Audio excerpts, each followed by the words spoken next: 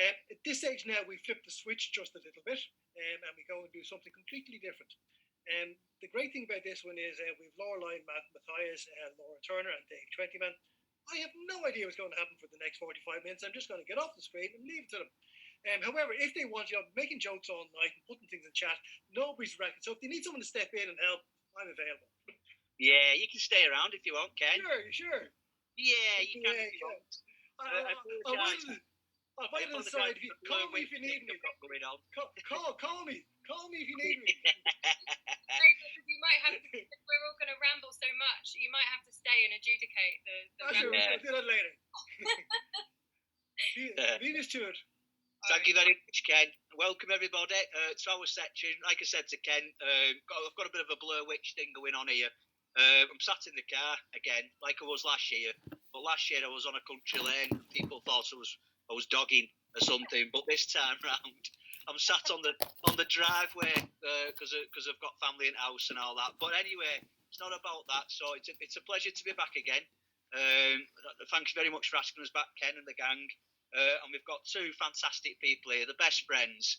I'll introduce them one at a time, obviously. We've got Lorelei Matthias, sorry. I've been trying to practice that all the time. Sorry about that. She's a comedy writer, she's an author, and she's the founder of Melon Comedy. And alongside her, we've got Lauren Taylor, who's a best friend. She's a physical theatre artist and a clown. So it's an absolute pleasure to have you along, ladies. I can't see you on the screen. Are you there? Are we not visible? Oh, you are now. It's when you talk. That's brilliant. Oh, you've got it on speaker setting then. I'll speak louder. We both mumble, so that's going to be interesting. Hello. Fair enough. Yeah, is that your dining room? Is that your dining room? It looks very nice and tidy. This is the Mermaid Inn where I live. It's very mermaidy, turquoise, ocean-themed flat. It's ridiculous, but we won't get sidetracked on No, it's all right. It's better than the front of this Citroen Picasso. But lovely to have you both here. And obviously, I forgot to mention you both work together to create Life in ADHD. Obviously, being best friends. I mean, what was that like? I mean, that must be brilliant working with your best mate on something like that. You'd think, wouldn't you? I think it was torturous and wonderful in equal measure. I have to say up front, we because we're such old friends, we're going to talk over each other, so just bear with us. No worries.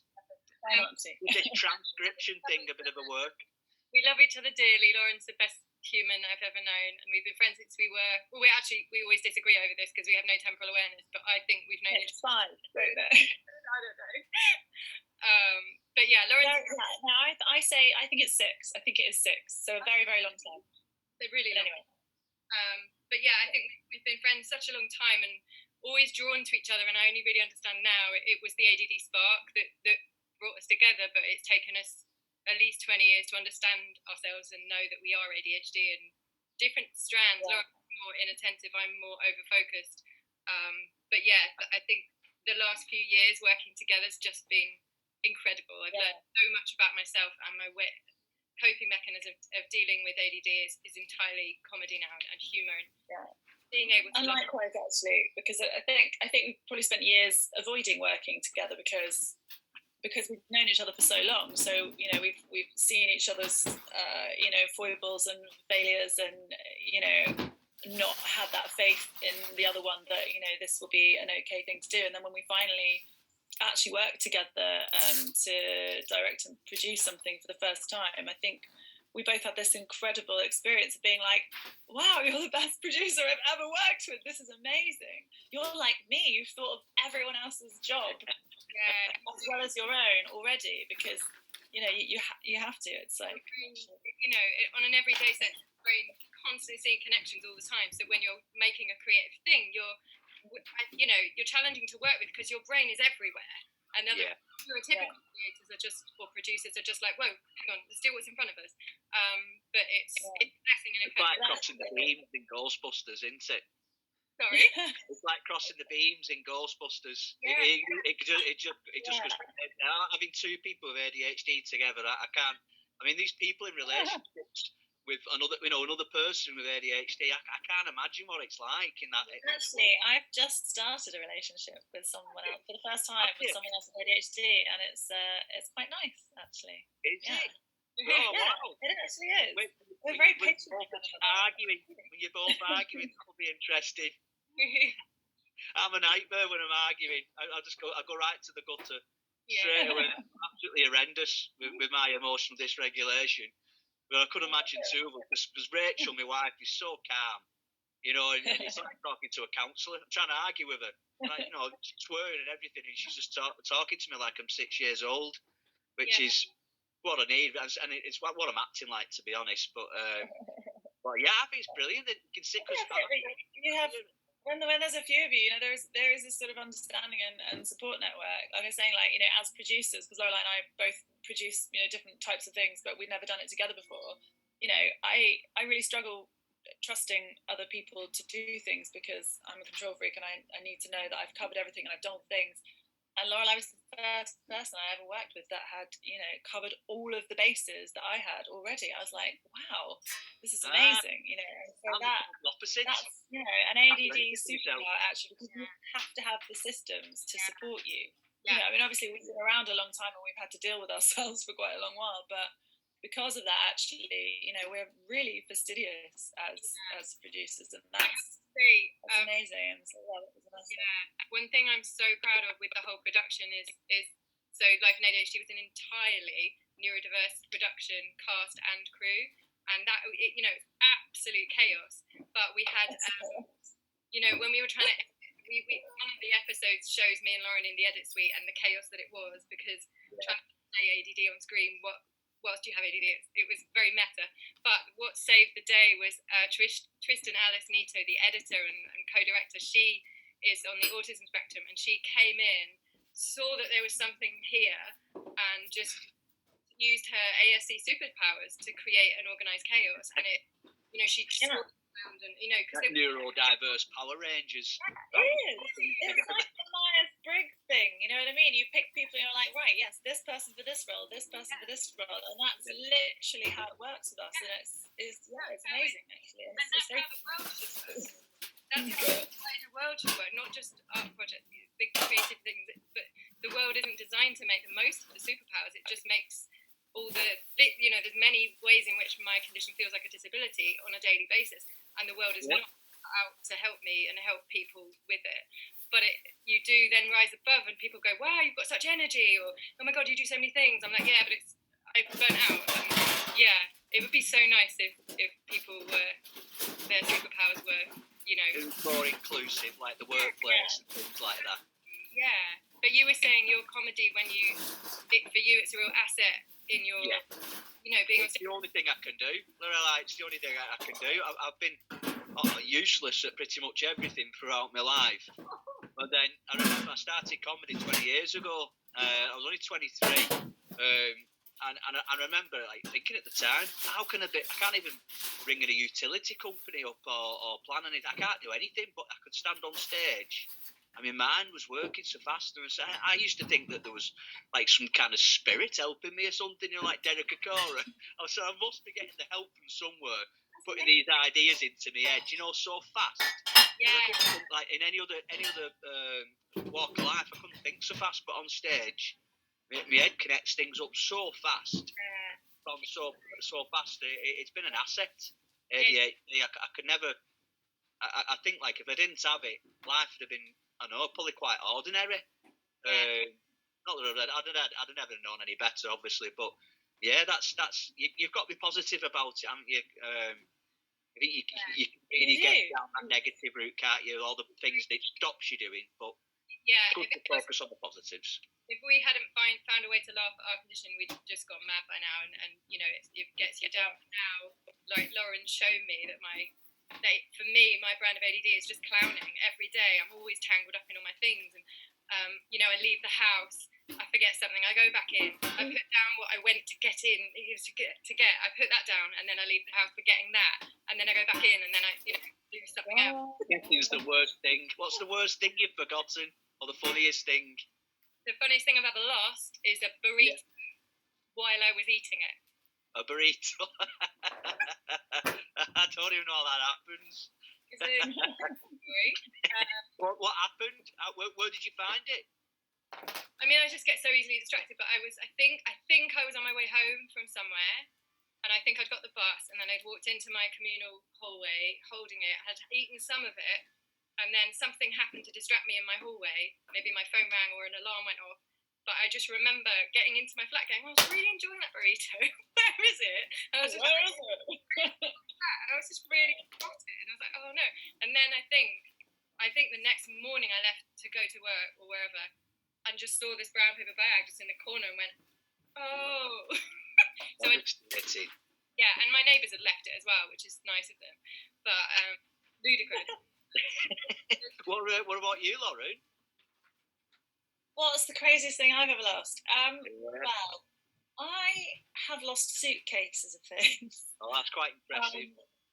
I do a bit of. I'm a dancer, physical theatre, performance artist type person. So I often have weird costumes and weird props. And you were actually remembering something I've forgotten. No, we meant to say at the start of this that we aren't, because we are so ADD. If we read the chat, we won't be able to focus. But I have just still got the chat here, and it says, "Lauren, please stop messing with your hair. It's so distracting."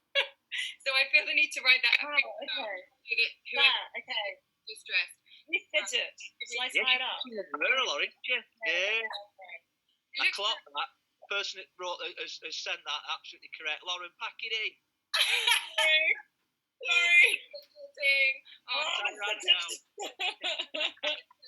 Fidget shaker. But, back to your story. Sorry, but we on the whole.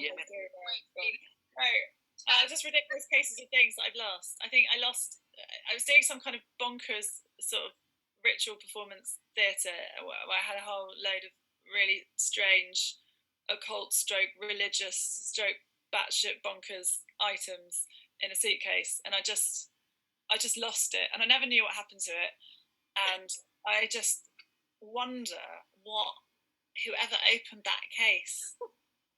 Yeah. It was like, I'd love to know the end of that story. Like, I don't know. Yeah, I lost my car once. That was the most impressive thing I've lost. In a car park. I come out of a gig.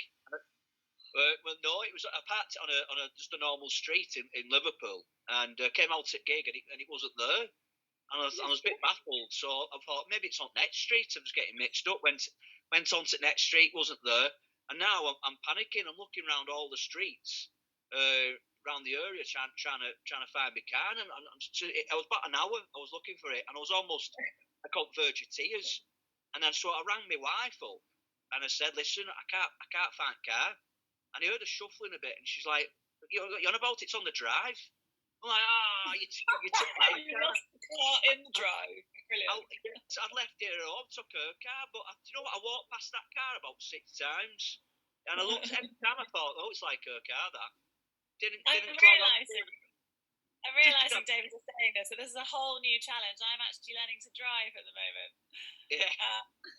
I've got all this fun. I mean, I'm just going to lose my car. So I do this with bikes. So I frequently take my bike out, lock it up, come back, forget that I went out on my bike, leave it at the station, or leave it wherever the hell I left it. I have to take both. And a week later, I go to get on my bike, and I'm like, oh. And then I'm like running around the town trying to which station I left my bike at. From the police. Many hours have been spent on the hunt for a bike, and now it's all going to happen again with the car. Oh, well.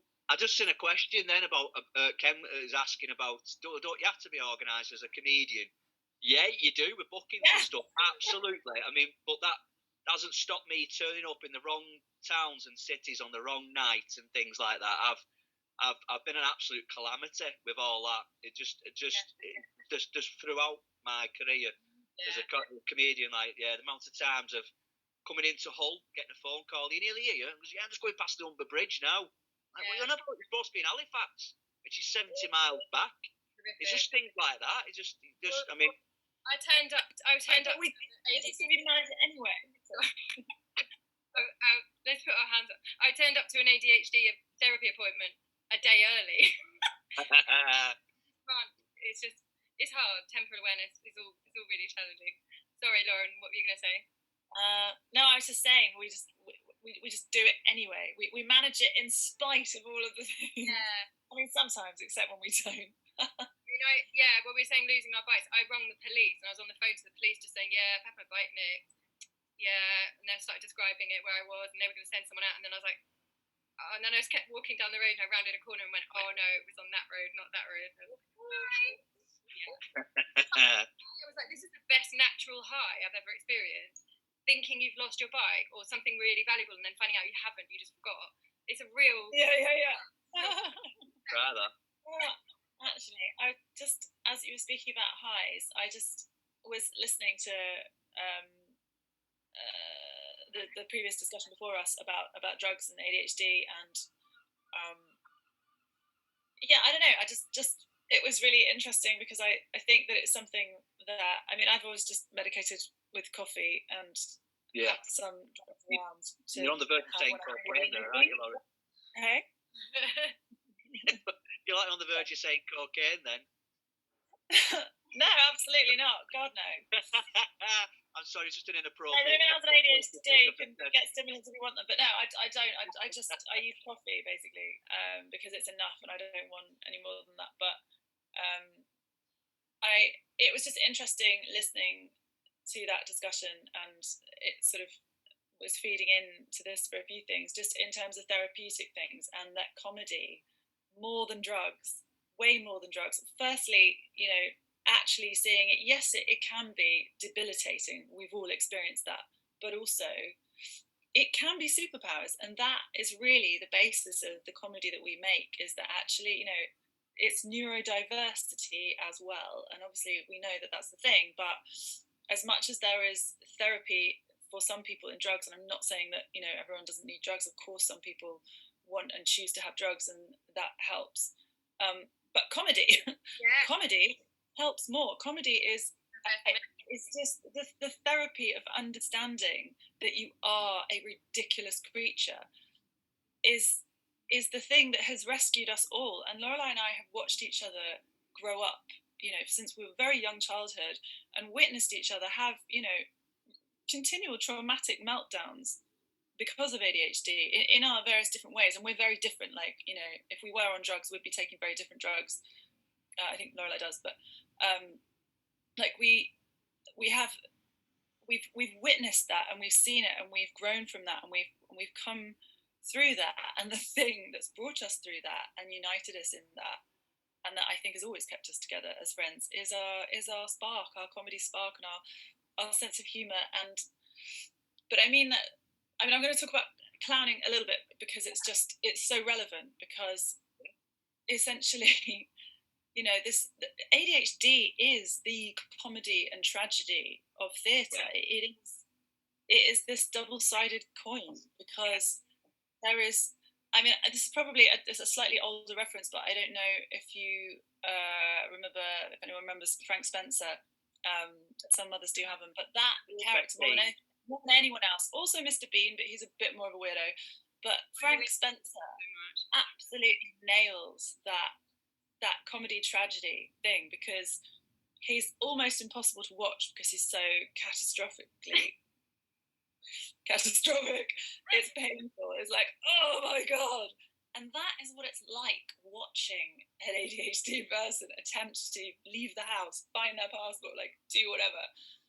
And yet also with that particular character, you have the tragedy side of it, because he's such a good person, and he tries, and he never gives up, and he wants to achieve, and he wants to be good, and he wants people to love him, and so this, the personal tragedy of that character, who just wants to be good and who everyone finds to be bad, is, I feel quite emotional talking about it, but that was my childhood, and with my parents, and with my dad particularly, but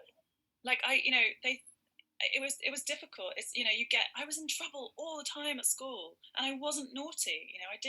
I wanted to be good, and and Lorelei saw that, and I saw her, and I just feel like there's the comedy aspect is absolutely the therapy, because once you can look at yourself and realize that you are insanely ridiculous, and hilarious, because it is funny. It's got to be funny. It's nonsense. It's absolute nonsense. And if you don't laugh at it, you will cry and lie on the floor and die. There's nothing else to do.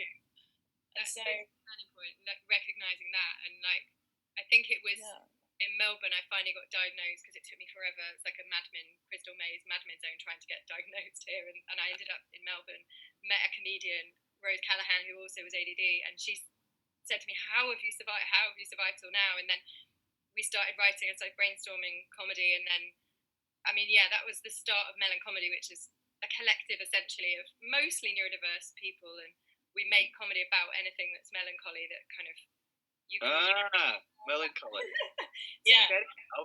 anything that's melancholy in the world, like misogyny, the plastic crisis, modern love, and a lot of mental illness. And so we've done a lot of stuff in that area, but because it really is, we say comedy is the best meds, and it absolutely has been our lifeline. Every time something bad happens now, we have a WhatsApp group with Rose, Lauren, and a few other, mad ADD people. The helpline support group. Yeah, it's our support group. Every time we have a meltdown or a mess up, I want to say FML, which is the stories that are in the show, like real life catastrophes that you have that are so funny. And we collect them and we laugh at each other, and it's been a lifeline. And then being able to then feed that into the show, it's been life changing. It really has. And I've learned really specifically with the clowning thing. Lauren will talk about more, but she said to me, because I was describing my particular brand of ADD is almost, I think I might be dyspraxic as well, because it takes me forever to get settled when I arrive in a bar. I have all my layers and my scarves and my headphones cables all tangled around my neck with my glasses in it, and I wear my phone around my neck because I lose it otherwise. And so literally there'll be this 5-minute episode when I arrive in a bar or anywhere where the person just has to sit and watch, and it's so, I've had such shame over it for years, and I still do, but knowing that we've now channeled that into a whole sketch, Russian doll, because that's how it feels in my brain, or when you've just got a million thoughts within other thoughts. So we called it Russian doll because she is like a Russian doll. She's constantly taking off layers.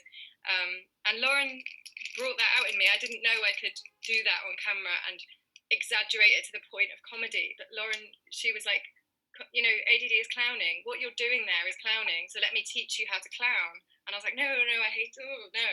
And I think Ronald McDonald when I think... She didn't even exaggerate. I was just like, don't say anything. Just do the movements. Try and explain to me with your body what's happening for you.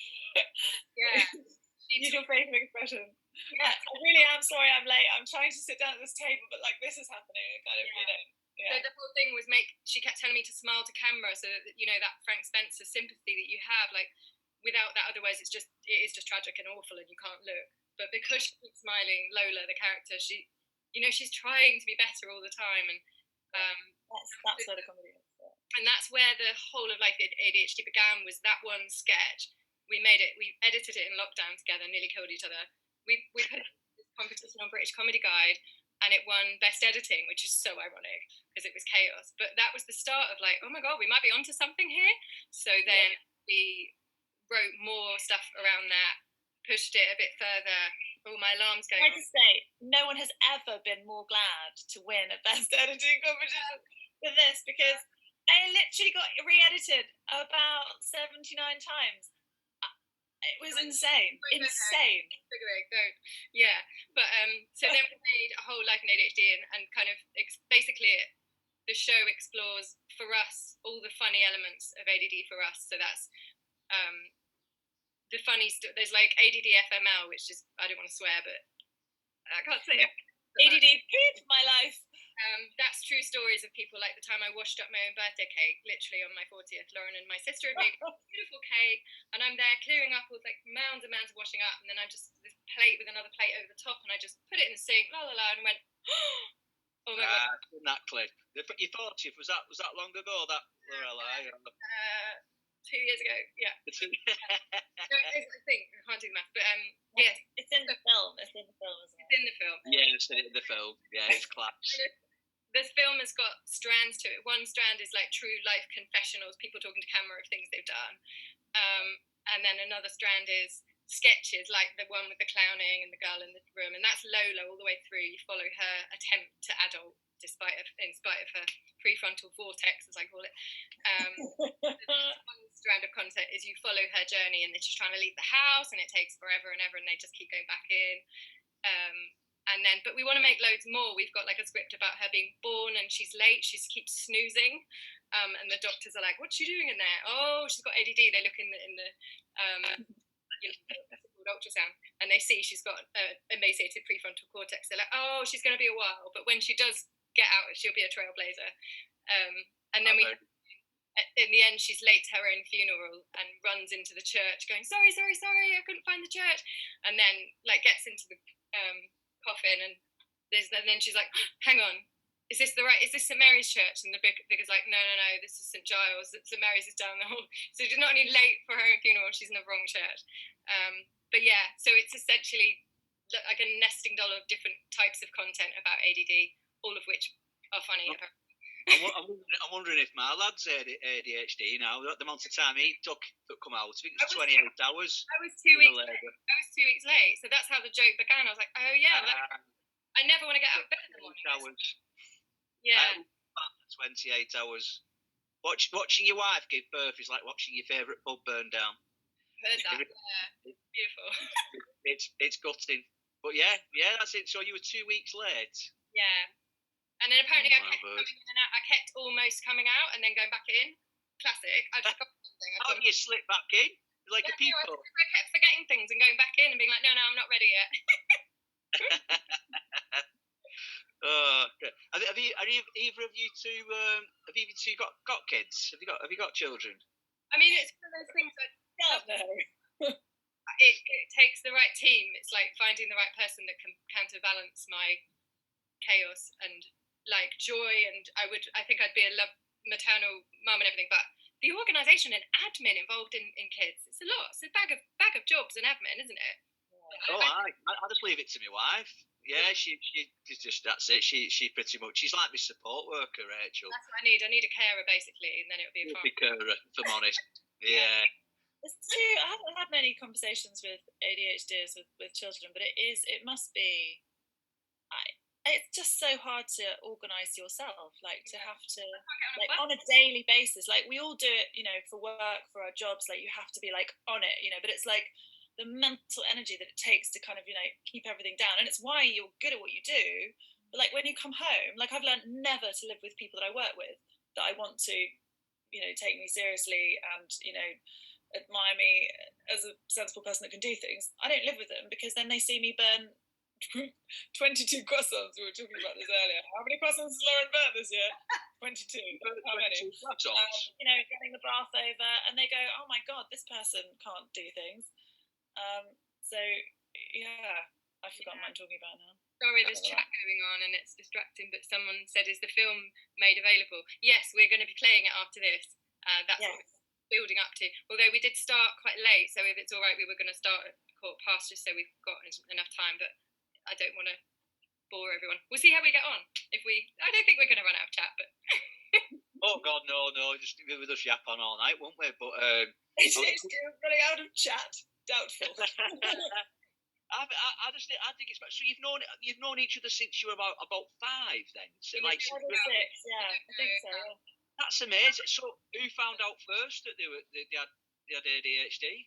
I did. I started reading about it more and was like, hang on. I had a real sort of, I found it at the same time, really, because when you were going through your diagnosis, I sort of did it vicariously through you as well. Lauren. Yeah, I found this book, Healing ADHD by Dr.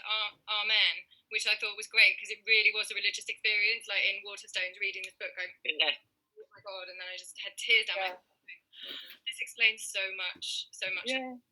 And it was like late 20s. Life was really hard because I was a real overachiever as well. Like that's why it took me so long to get diagnosed, because it's like a madmin zone, like the Crystal Maze. You have to go in and the admin challenge for people that clinically can't do admin. It's so cruel. But anyway, I was going through the Crystal Maze, looking for the crystal, and I kept going out, I can't find it. But eventually I saw a doctor, psychiatrist, and he said, Yeah, no, you can't have ADD because you had a book published and you got a first at uni and you've held down a job. I literally... That's awful. It's unbelievable.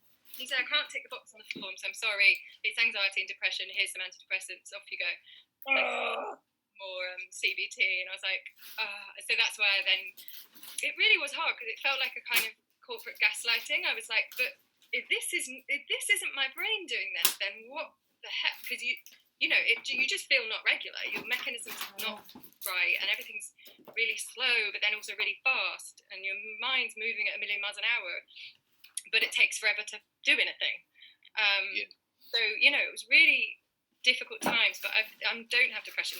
I'm full of like lust for life and energy, but when you struggle that much, and when you have so many catastrophes and lose so much money, losing things all the time, like replacing things. That's when you're ADHD tax as well. Yeah, exactly. I mean, we reference a lot in the film. It's very really well. It's buying the same things over and over again. Yeah, but it's when you're told this is just anxiety, you're like, oh my god, and that's when you get very dark. It gets very difficult. And I know women being told then, they're not on the windowsill screaming, they can't be, they're not hyperactive. It's so bad because you can be pushed to the point of like, where it's all too much. So that's why every day now when something bad happens, I have to just laugh. And it saved us. It saved us. Just knowing is so empowering, isn't it? Yeah. That was a key. Yeah. Getting the label. Finding out is massive. It's just absolutely massive.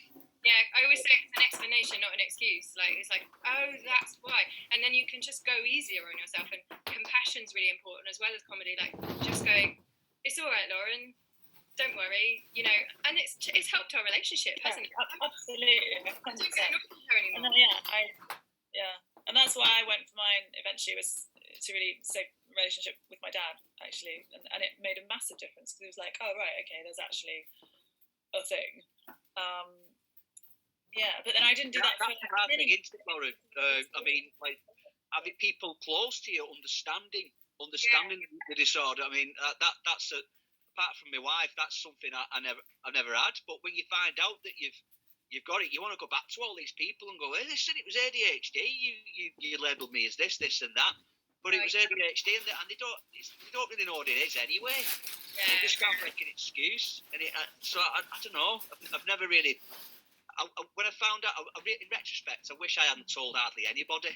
When I found out, it's just for me and my wife and my kids, and that's it. Because I feel like it's important to tell people, and not because it's a label that like I start meetings now sometimes with, if I'm meeting like TV producers or something, I can just I'll be like a tsunami of ideas at them, and if I don't prelude that with, just so you know, my mind is like it's got no air traffic control center, so that all that thought aeroplanes crash into one another. That's what's going on in here. So when we're having a meeting, I'm trying really hard to stay on track. And I have to explain it, otherwise they'll just be like exhausted from all the ideas being thrown at them, because it's not regular. It's not the speed that they're used to. So I think it's really important to see it when you can. That's really true, actually. And I think you and I, Laura, have different ways of managing that, and that's to do with our different lifestyles. So you are very public facing. You have to be in meetings. You have a lot of high pressure environments that is really stressful for you if you're not able to get that understanding. For me, I still definitely mask a lot, and I would rather people not know. Like my housemates, they know. That's really helpful. They have to know, because they stop me from running the bath over, or like burning the house down sometimes, or whatever it is. Like it's really useful that they know and that they're understanding, and that they can be like, okay. Do you know what I did the other night? Sorry, just to interrupt. Because I was all about my wife being like my support worker. The baby woke up middle of the night, and she went, "Go get the milk. You go get the milk," while she was changing nappy and that. And I come back up. I did everything in the dark. I come back up with this warmed up milk in bottle, and then we went to try and feed it. It was like, what's going on here? Something wasn't right, and I switched the light on my phone. I hadn't put the top on the bottle at all. I was just waterboarding my own lad, my own baby dog, with milk. Milk was pouring on his face. It's like, my wife, what are you doing? What are you doing? I don't believe That is an ADHD FML. Can we have it, please? Yeah, confession camp. Yeah. Oh, I felt so guilty. Yeah. Hey, can you come on our podcast, please? Yeah. As well. We want to start a podcast because there's lots of these wonderful real life stories, and it's worth saying to everyone that's watching. I've no idea who's watching, if there's anyone watching, but any funny stories you've had that are ludicrous, please just record yourself to camera and send it in on a phone, and then we want to have a more. I think there's three. There's three of them. Think of it like a support group. So you've just done something that's made you go, oh my god, how can I cope with myself? Yeah. Like it's not familiar. So I can't believe I've just done this thing, and then send it to her. Yeah. That moment of like, Melon Comedy.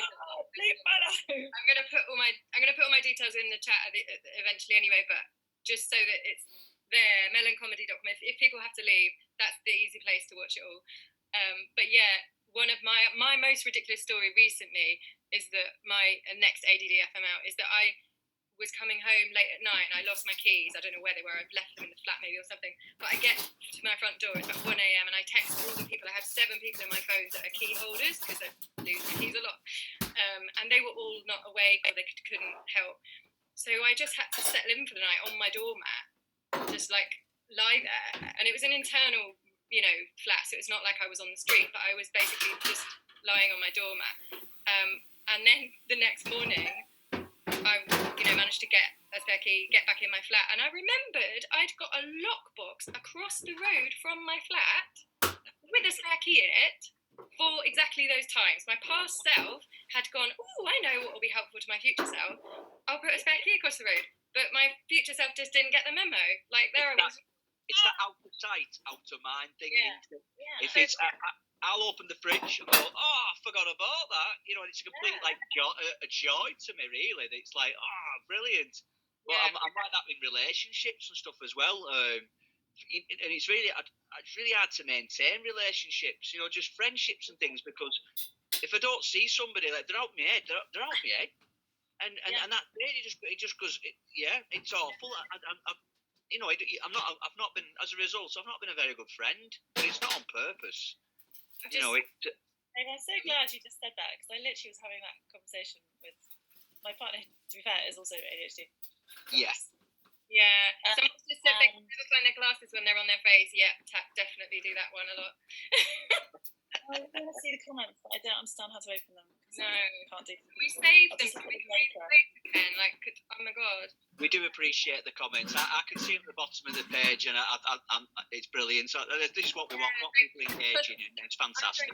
Because I don't do stand-up, so I'm not used. You must be used to the Zoom gig where you don't see faces, but I never did it, me. I avoided all that Zoom stuff. No, there's not faces. Yeah. So, I'm not used to this, but it is lovely to have feedback, to know that we're not just being. You're having a lot of good feedback about the podcast, which I think would be brilliant. I mean, there are some good podcasts out there. I'm not familiar with a female podcast. Female identifying podcast, because I think that would be really good, because I think the experience of women can be very different from the experience of men with ADHD, and I think that's something. I think that'd be a great idea. That you should get onto that. We are. We've got loads of ideas in a Trello board, but what we need is a producer to make it happen, because it's so chaotic. But we also just need. We've got to a point where I've been doing this I got made redundant in COVID, and we were living together in Brighton, and so I just started doing this. But I've run out, like, we've funded it ourselves and stuff, so we've got to a point where we now, I'm also really bad at this, is looking for funding, looking for sponsors. It's there. There's so much material. It's ready to go. We just need someone to organise us. If anyone out there neurotypical, make it happen. We've got so much fun. I also have a personal producer and a PA whilst we're at it. Yeah, because also we have loads of like tips and life hacks and things that are genuinely really helpful. And an entire lexicon. Yes, that will help you survive. Yeah. Literally. People want to relate, don't they? But more than anything, people want to be able to relate and go, yeah, I do that. That's what happens with me. Send things in, because we've made the ADHD dictionary, which is like words we've come up with to help us survive. seen that. That's very good. I've seen that on the Twitter. So that's, lost min is a word I've invented for the admin involved. Have I said this already or not? Did I say it earlier when we were chatting? Sorry about that. It's from the Alzheimer's conference, that one. Oh, definitely, yeah. I feel most days, yeah. But anyway, so lost min is when you're the kind of administrative pursuit of going around in circles when you lose an item and then you retrace your steps, go to the lost property office, it's not there, so then you buy it, spend the money on buying it again, and then you lose it again, and then it's just on. I bought the one teal beret that I leave on buses and trains constantly. Endless purgatory. I've bought it 5 times now, and they don't do that same Pantone anymore. It's really sad. I've paid for the toll bridge between Runcorn and Widnes, so you've got to pay at midnight by the following day, or you get fined. And the amount of fines I've paid on that, I just cannot remember it, because as soon as I've crossed that bridge, it's out my head. That's it. I never crossed a bridge. That's it. We're so in the moment, aren't we? We're like cats. I can't remember go online the following day and remember and pay a toll. It's impossible. You just have to let it go. I'm like that with train tickets. I must give London Transport I don't know, like a couple of hundred, maybe £300, £400 extra a year that I need to because I forgot to tap when I was supposed to, and I didn't do anything about it. There's something going on in Brighton buses now where you have to touch off now. In other words, you pay £8 something. So it's literally discrimination against ADD people because I cannot remember to touch off. So literally, because there's nothing in the way. If there was a barrier, of course I would, but you don't need to. You just glide past it, and then. And also the other day I tried to do it, and the Apple Pay face recognition wouldn't work, and it was just a shambles. And then everyone was staring and shouting, and it was horrible. So then I couldn't make it work anyway. Oh, it's the forgetting thing, isn't it? I mean, this is why we've got a month and not a day for ADHD awareness, because there's no way we remember, would we? No, and I do. You need a whole month to remember one of the days. I'd love to in the future. It would be amazing if the government ever recognise ADD to the extent that they should, and said, you could get help with the amount you spend on lost stuff. And I know the backside of their elbow, did it? Not got a chance. Yeah, I'm never going to help you with that. But they are. But things are changing massively. Like if I now apply for an Arts Council grant, I only found this out the other day, I can get help. I can get accountability help. Imagine they will literally give someone to you who will message you and be like, "Have you done it yet? Have you? Have you started? Come on, then show me something." She's brilliant, but she needs a producer. She's amazing. It's just actually getting stuff done. But they actually do. They give you an accountability person apparently, and also extra time. If you don't manage to get it in on time, they're like, okay, you get a little ADHD margin of error, I think. But things like that are, that's the way in which the world is changing, which is fantastic because. Yeah, God, if that had been available when we were at school, they were too busy labelling, weren't they, in school? Yeah. Lazy, disorganised, don't try hard enough. So much loud. I had that a lot. You got all this kind of stuff, don't you? Yeah. Well, that's interesting one. Are any ADHDs here also hoarders? Well, judging by Lorelei's kitchen, it looks all right. Oh, thank you. Both hoarders. I'm really, really self-conscious about hoarding and clutter because I can't throw things away because I literally hear the things in the bin crying to me going, "Oh, but you might need me one day," and then I take them out. Not everything. Sorry, this is recording something in the background, so I'll just but no worries. Want to use the toilet? Stuff like that. It's a real problem. My mum as well. I think my mum. Yeah.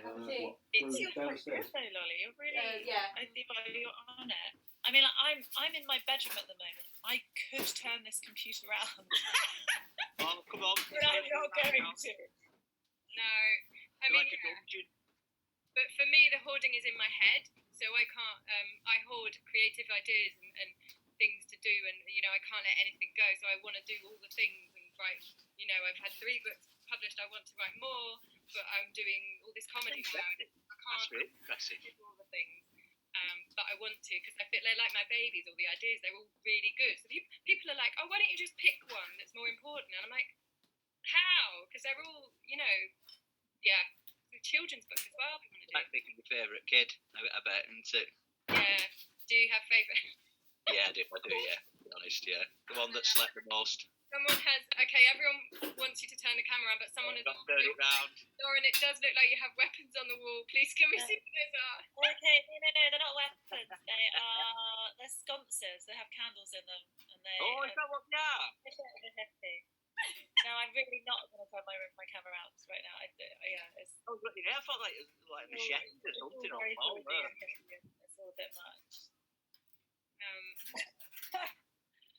It's the opposite of Lorelei. It's the polar opposite of Lorelei.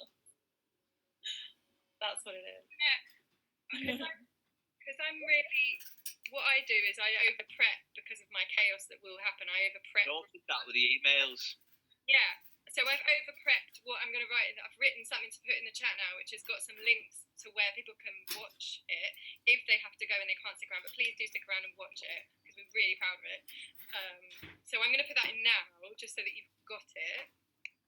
So that's like a really long thing coming in now. So organised. Apparently, it's really funny. Even my family thought it was really funny. So. Yeah. What? It's some So tiles. that's really and long then and there's awful. lots of Sorry, big I'm a fat long areas as texter. well. That's happened. But the other thing that's going to happen now is I'm going to put. While you're talking. No, what I'm saying is I wrote it earlier because I knew I'd be in a flap now. When I can't do technology at all when I'm Yeah. And then a little section talking from about- yeah, yeah. that's it, I see it. Yeah. So this is why Yeah. Lorelei is So I feel like over-focused, because this roof and I'm historically inattentive. I did I bought zero. the flat 3 years ago and Maybe there was leaks and all sorts of roof as well, but neglect, I You know, which can't. I've sorted out now. But it Can't is the make kind of my thing mind that's going to up. constantly Yeah, sort of. maintaining and checking all the tiles. the other link So I'm I going to feel put like in is Tiles or Well, these because tiles when we here, do play the slanted show, ones, okay. we're going to. they Lovely Ken they is all going to need put it through replacing his. reviews, so I don't. What I was wanting to see machine. was these My kind of brain's just going now. disruptive way of But doing it might be a bit panels that actually jerky carry on played maintaining the through roof around Zoom. it. So I just Not was really worried about that. Yeah. So I've trapped putting the link in So, here in underneath. case what I've people are seen finding from that Google Earth, happens Yeah. on their screen. we'd be If you've got looking at like fitting not the amazing panels broadband, on top of your the flat end it roof. might go That's jerky. great. They will then So be here able is the towards link south. to Amazing. open up in your Yeah. However, screen, and then have you you got a can copy of your watch it electric on bill? that if Yes, the one on email. we're going to show Because you the is here. maximum I can So, see because She's so good, from a isn't she quick good? measure on Google Earth I'm constantly in is awe. 5 panels. Like, Yeah. Oh, it's You have one amazing. here, I'm just sat here trying one to on the other so little section that jumps out, Yeah. So, and then along here, But yeah, you so can fit that's- 3. Okay. my God, I think I've said all the things I needed to know. So No. what about with look, there's a whole cello here. Look, this loads of is, stuff. Yeah, you look at that. My goodness. my last bill was We're actually, we are Octopus.